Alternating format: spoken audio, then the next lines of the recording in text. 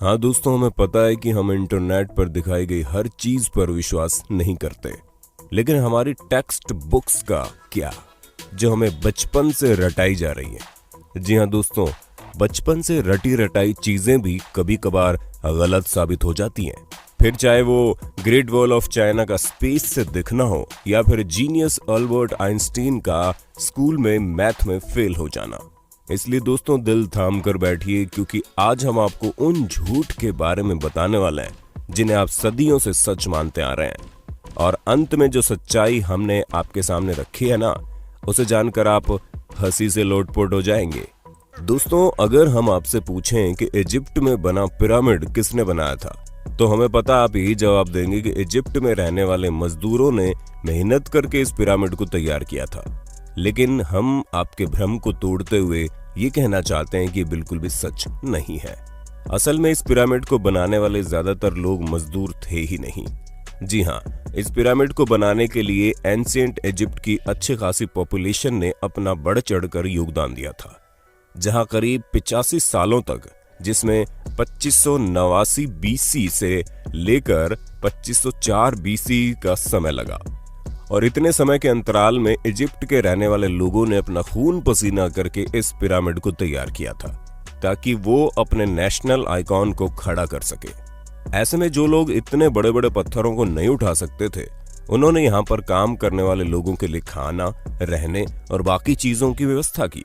यानी कि हर इंसान ने अपने लेवल का काम किया, जिसमें कुछ लोग सिक्योरिटी के लिए काम करते थे, तो कुछ लोग भारी भरकम पत्थरों को जुटाने के लिए दूर दराज इलाकों में चले जाते थे, ताकि वो अपने नेशनल आइकॉन को खड़ा कर सके।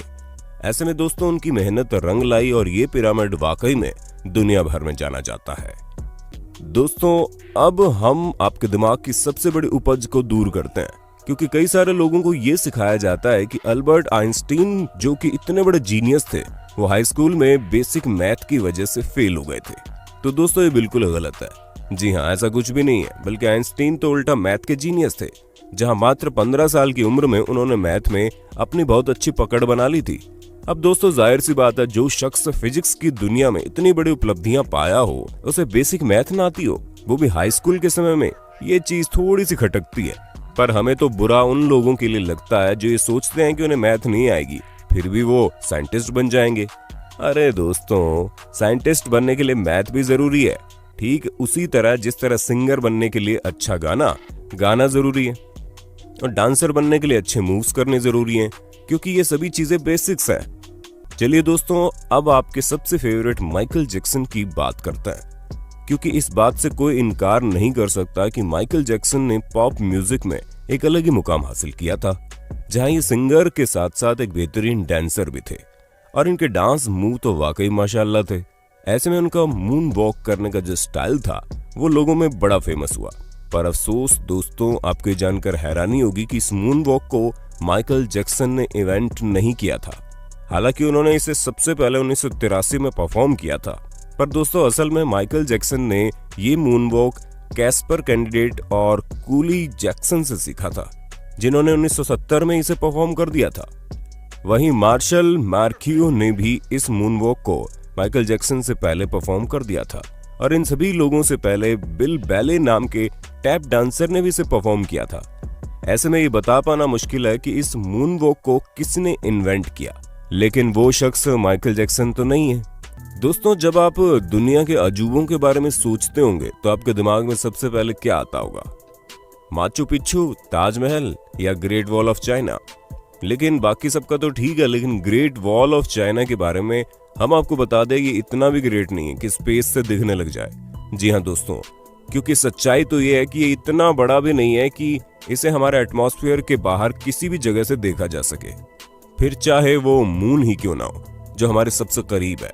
और ये हम अपने मन से नहीं कह रहे, बल्कि खुद नासा ने इस बात को साबित किया है। हालांकि भले ही 21,196 किलोमीटर लंबी हो, लेकिन अगर हम इसकी चौड़ाई की बात करें तो ये बॉटम से मात्र 20 फुट चौड़ी है और टॉप से केवल 16 फुट चौड़ी है। हम आपको बता दें कि ये अफवाह 1754 के आसपास शुरू हुई। ऐसे में ये चीज हमारे चांद पर पहुंचने और स्पेस में सैटेलाइट पहुंचाने से बहुत पहले की बात है, तो ये सिवाय अफवाह के और कुछ नहीं है। अब भले ही हर साल यहाँ पर करोड़ों की संख्या में लोग आते हो, लेकिन अफसोस वो चाइना की जिस दीवार पर खड़े होते हैं वो स्पेस से तो नहीं दिखती। चलिए दोस्तों, चाइना से आप हमें ये बता दो कि दुनिया भर में तहलका मचाने वाला कोरोना वायरस चाइना की किस जगह पर सबसे पहले फैला था। हमें पता है आपको जवाब पता होगा, इसलिए कमेंट बॉक्स में एक भी इंसान का जवाब छूटना नहीं चाहिए। वैसे दोस्तों, जब कभी भी आप वाइकिंग्स के बारे में सोचते होंगे तो आपके दिमाग में सबसे पहले चीज क्या आती होगी? हमें पता है ज्यादातर लोगों को बड़े से जहाज का साइज और सींग निकले हुए हेलमेट याद आते होंगे, पर हम आपको बता दें ये दोनों ही चीजें झूठी हैं, जो कि हमारी मेन स्ट्रीम मीडिया द्वारा हमारे दिमाग में डाली गई। असल में कई सारे हिस्टोरियंस को वाइकिंग्स के समय के टूल्स मिले हैं, जिनमें से एक भी हेलमेट ऐसा नहीं मिला जिसमें सींग लगे हों। हालांकि ये माना जा सकता है कि वो लोग लड़ते टाइम खुद को बचाने के लिए हेलमेट का यूज करते होंगे, लेकिन इसका मतलब ये नहीं है कि उनके हेलमेट में ही डायरेक्ट सींग लगे हों। दोस्तों, ये जो अफवाह है ये तब से फैलनी शुरू हुई जब गुस्ताव मालस्ट्रोम नाम के आर्टिस्ट ने अपने आर्ट में वाइकिंग्स के हेलमेट में सींग लगा दिए, और तभी से लोग ये समझने लगे कि उनके हेलमेट में सींग होते थे, जबकि ऐसा कुछ भी नहीं है। तो दोस्तों, हमें पूरी उम्मीद है आपको अपने होस्ट और दोस्त सैम की वीडियो में मजा आ रहा होगा। अगर हाँ तो साथ ही वीडियो को लाइक करते चलिए, ताकि हम फ्यूचर में भी इसी तरह की इंटरेस्टिंग वीडियोस लाते रहें। अब आप एक और सिर घुमा देने वाली बात सुनिए, क्योंकि आप लोगों ने कार्बन डेटिंग का नाम तो सुना ही होगा। अरे नहीं दोस्तों, ये टिंडर में राइट लेफ्ट स्वाइप करने वाली डेटिंग नहीं है, बल्कि एक ऐसा मेथड है जिसके जरिए एटमॉस्फेयर में कार्बन डाइऑक्साइड के चेंज होने पर चीजों की असली उम्र बताई जा सकती है। ऐसे में आर्कियोलॉजिस्ट कार्बन डेटिंग का इस्तेमाल करके ये पता लगाते हैं कि उनके द्वारा खोजी गई चीजें कितनी पुरानी हैं, और इसी वजह से हम भी आपको जितनी भी चीजों की जानकारी देते हैं उनकी उम्र कार्बन डेटिंग के हिसाब से ही होती है। और विलर्ड लिबी नाम के जिस प्रोफेसर ने कार्बन डेट्स का पता लगाया था, और इस काम के लिए उन्हें नोबेल प्राइज भी मिला था। लेकिन दोस्तों, दिल थाम लीजिए, क्योंकि हम आपको बता दें कि कार्बन डेटिंग के जरिए चीजों की असली उम्र पता लगाना बहुत मुश्किल है, और ऐसा इसलिए क्योंकि हर जगह का एटमॉस्फेयर अलग अलग तरीके से चेंज होता है। हालांकि कुछ हद तक चीजें सही जा सकती है, लेकिन अब आप खुद सोचिए कि दो प्लांट हो जिनमें से एक अमेरिका में हो और एक ग्रीनलैंड में, तो जाहिर सी बात है कि टेम्परेचर इफेक्ट की वजह से दोनों की ग्रोथ में काफी डिफरेंस आएगा।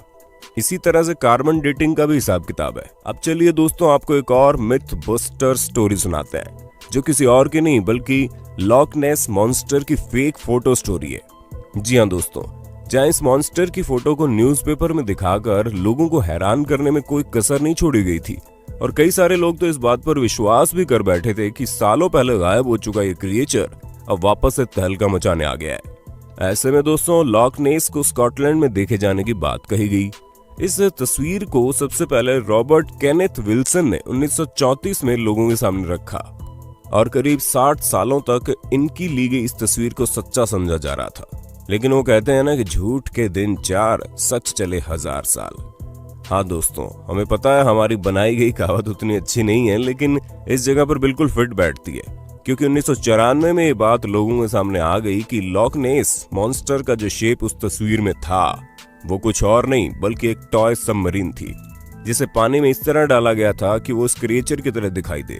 और ऐसा मर्म्यूडेक नाम के जर्नलिस्ट ने किया था ताकि वो अपने न्यूज़पेपर से बदला ले सके, क्योंकि उनके न्यूज़पेपर ने लॉक नेस मॉन्स्टर के बारे में छापने की वजह से उन्हें बातें सुना दी थी, और इसी वजह से उन्होंने इतनी बड़ी कहानी रची जिसके चंगुल में दुनिया करीब 60 सालों तक थी।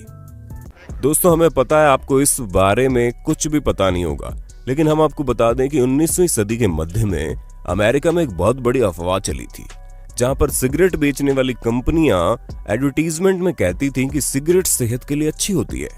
जी हाँ दोस्तों, हैरान मत होइए, एक्चुअल में ऐसा होता था क्योंकि कुछ कंपनियां ये तक कहती थी कि डेंटिस्ट खुद लोगों को सिगरेट पीने की सलाह देते हैं और ये सेहत के लिए बहुत अच्छी होती हैं, जिससे टेंशन वगैरह भी कम होता है। और इस तरह के कई सारे एड कैंपेन उस समय चल रहे थे, जिसकी वजह से अमेरिका के करीब 45% लोग सिगरेट की लत लगा चुके थे।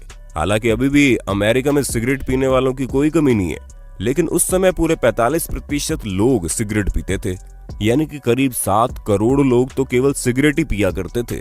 वो तो बाद में पता चला कि ये सेहत के लिए हानिकारक है, जिससे भगवान आपको अपने पास जल्दी बुला लेते हैं, और इसी वजह से लोगों ने मरने के डर के कारण सिगरेट को टाटा बाय बाय कहना जरूरी समझा। पर शायद अभी भी कुछ लोग इस बात को नहीं समझते हैं। दोस्तों आज के लिए बस इतना ही। उम्मीद है आपको हमारी वीडियो पसंद आई होगी। अगर हाँ तो इस वीडियो के बारे में हमें कमेंट करके जरूर बताना और ऐसे इंटरेस्टिंग वीडियोस लगातार देखने के लिए हमारे चैनल को लाइक शेयर और सब्सक्राइब करना बिल्कुल ना भूलें। धन्यवाद।